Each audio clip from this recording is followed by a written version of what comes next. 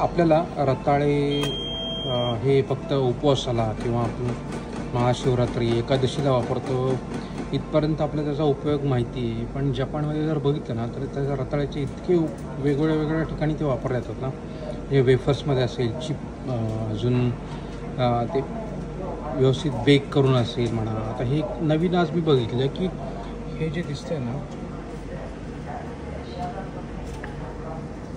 अरे रताळ्याचं म्हणजे काय म्हणतात स्मूदीसारखं आहे. इथे लिहिलं की विथ बटर म्हणून.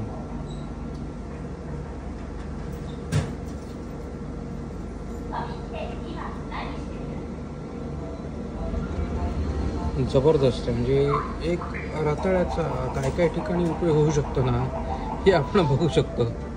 जबरदस्त.